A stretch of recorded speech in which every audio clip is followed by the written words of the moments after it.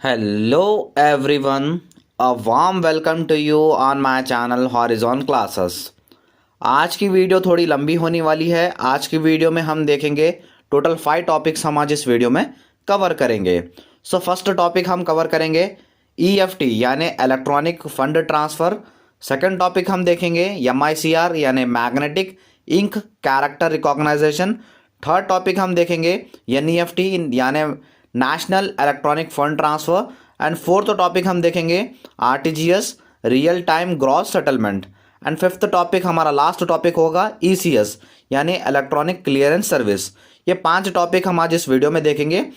क्यों मैं आपको एक साथ बता रहा हूँ, यानी आपका सिलेबस जल्द से जल्द कंप्लीट करेंगे, इसलिए मैं आपको टोटल आज 5 टॉपिक्स एक ही वीडियो में समझाऊंगा। फर्स्ट हमारा टॉपिक है EFT यानी इलेक्ट्रॉनिक फंड ट्रांसफ़र। EFT का फुल फॉर्म है electronic fund transfer is an RBI backed electronic payment system.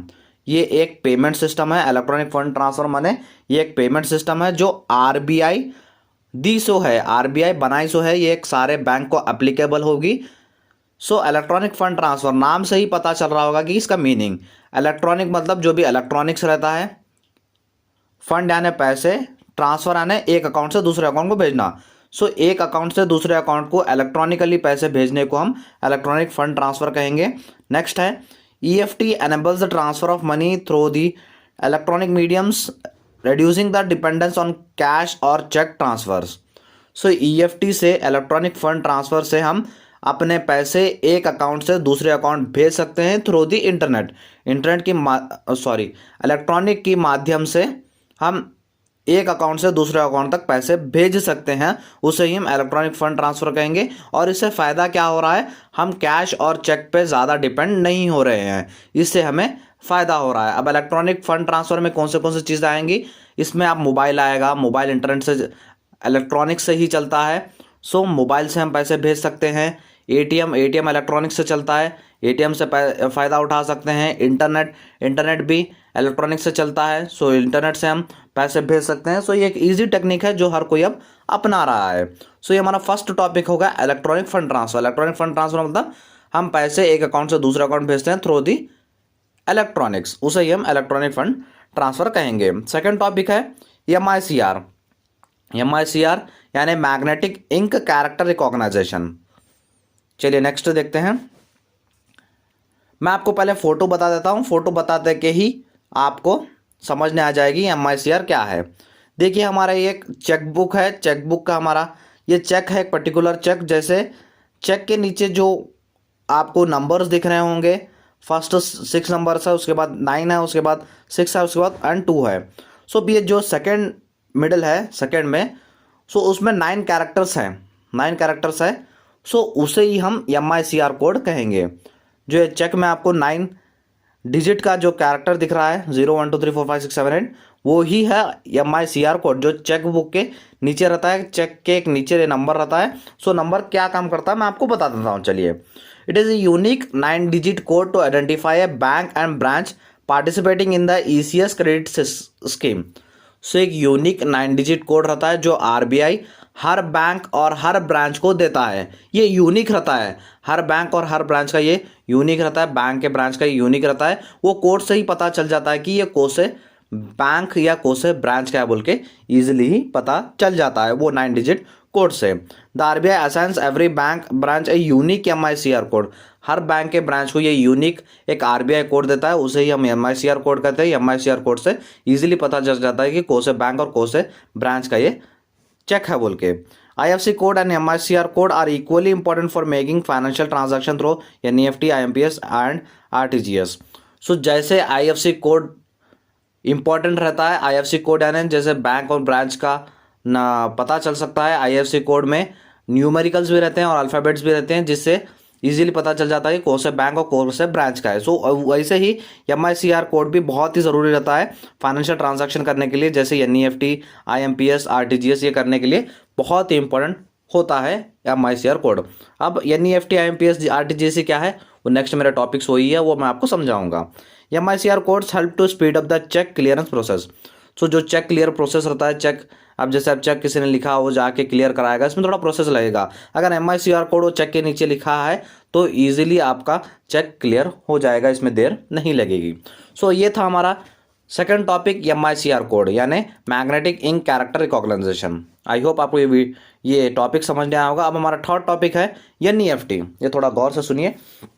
NEFT full form है national electronic fund transfer. So the NEFT is the simplest and most like form of money transfer from one bank to another bank. So electronic एक बहुत ही simple तरीके से technique है और बहुत ही सबसे ज़्यादा पसंद की जाने वाली टेक्निक से जो पैसे ट्रांसफ़र करने में मदद करती है। एक अकाउंट से या एक बैंक से दूसरे बैंक को ट्रांसफ़र करने के लिए हम नेशनल इलेक्ट्रॉनिक फ़ंड ट्रांसफ़र यानी NEFT का यूज़ करते हैं। सबसे सिंपलेस्ट और मोस्ट लाइक मेथड है ट्रांसफ़र करने का money. To make any NEFT transaction, you just need two important pieces of information. Firstly, account number, and secondly, the IFSC code of the destination account. So अगर NEFT आपको transaction करना है तो आपको सिर्फ दो चीज़ें लगेंगी। एक तो आपको अकाउंट नंबर लगेगा जिसको आप भेज रहे हो, और जिसको आप भेज रहे हो उसका बैंक का IFSC कोड लगेगा। जस्ट दो चीज़ें लगेंगी NEFT आपको ट्रांजैक्शन करना है तो। In NEFT there is no cap on the amount of money that can be transfer, however individuals bank set में set a limit. So NEFT में कुछ नहीं रहता, कुछ आपको लिमिट नहीं रहती, कुछ नहीं रहती।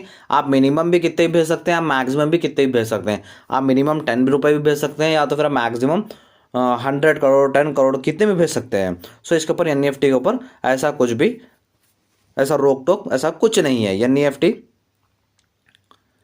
NEFT में ऐसा कुछ भी रोक टोक नहीं रहता। NEFT से आप पैसे एक अकाउंट से दूसरे अकाउंट तक ट्रांसफ़र कर सकते हैं। ये एक टेक्निक है, ये एक NEFT इलेक्ट्रॉनिक फंड ये नेशनल इलेक्ट्रॉनिक फंड ट्रांसफ़र।